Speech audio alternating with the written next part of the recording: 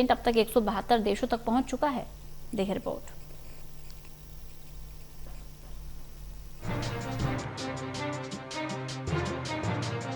भारत में सबसे पहले मिला कोरोना का डेल्टा वेरिएंट लगभग आधी दुनिया में पहुंच चुका है।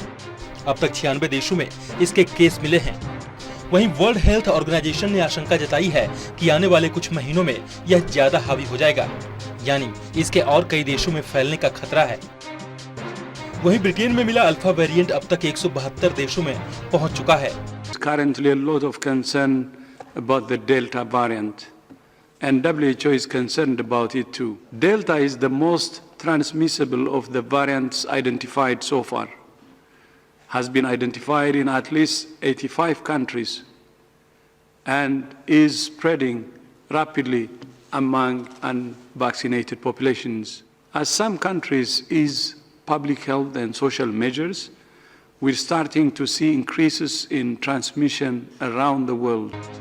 WHO हर हफ्ते महामारी से जुड़े अपडेट जारी करता है। 29 जून को दिए गए अपडेट में कहा गया है कि डेल्टा वेरिएंट 96 देशों में रिपोर्ट हुआ है। हालांकि अब तक इस वेरिएंट की पहचान करने की कैपेसिटी बहुत लिमिटेड है, इसलिए हो सकता है कि इसके बारे में कम डेटा सामने आया हो। यह भी सच है कि कई देशों में इसी वेरिएंट की वजह से नए केस काफी ज्यादा बढ़ गए हैं। More cases means more hospitalizations, further stretching health workers and health systems, which increases the risk of death. New variants are expected and will continue to be reported. That's what viruses do. They evolve. But we can prevent the emergence of variants by preventing transmission. It's quite simple. More transmission, more variants. Less transmission, less variants. WHO ने कहा कि delta variant दुनिया भर में ठीक हो रही economy के लिए नया खतरा बनकर सामने आया है। इसको रोकने के लिए देशों को लोकल लेवल पर लंबे समय तक सुरक्षा उपाय लागू करने की जरूरत पड़ सकती है। हालांकि इसे वेरिएंट ऑफ कंसर्न घोषित किया जा चुका है। इसका मतलब ही है कि संक्रमण को रोकने के उपायों को लंबे समय तक बनाए रखना पड़ सकता है। In April, WHO issued a call for expressions of interest to establish technology transfer hubs for COVID-19 mRNA vaccines. Tech transfer hubs are training facilities where manufacturers from low and lower middle income countries can receive training in how to produce certain vaccines and the relevant licenses to do so. mRNA technology has been in development for decades and is the basis for at least 2 safe and effective COVID-19 vaccines.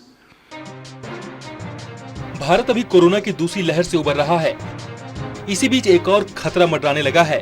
देश में दूसरी लहर की वजह delta variant को ही माना गया था। वह अब नए बदलावों के साथ और भी घातक हो गया है। इस नए स्ट्रेन को डेल्टा प्लस नाम दिया गया है। कहा गया है कि यह मूल वायरस के मुकाबले दोगुना तेजी से फैल सकता है। भारत में इस नए स्ट्रेन के 50 से ज्यादा केस की पुष्टि हो चुकी है। It's potentially easier to scale than other vaccine technologies and could be faster and easier to adapt to variants of concern. Today, I'm delighted to announce that WHO is in discussions with a consortium of companies and institutions to establish a technology transfer hub in South Africa. WHO is facilitating this effort by establishing the criteria for the technology transfer, assessing the applications, developing standards, and providing ongoing support and training. This is an important step that will yield results in the medium term. In the short term, we need to do everything possible to increase the equitable production and distribution of vaccines through COVAX. Delta variant के खतरे को देखते हुए Australia के Greater Sydney, Blue Mountain, Central Coast और Wollongong में 2 हफ्ते का लॉकडाउन लगा दिया गया है। इसकी शुरुआत शनिवार से हो गई है। सरकार ने पाबंदियां सख्ती से लागू करने के लिए कहा है। आदेश के मुताबिक पूरे न्यू साउथ वेल्स राज्य में पाबंदियां लागू रहेंगी। Special desk, total news.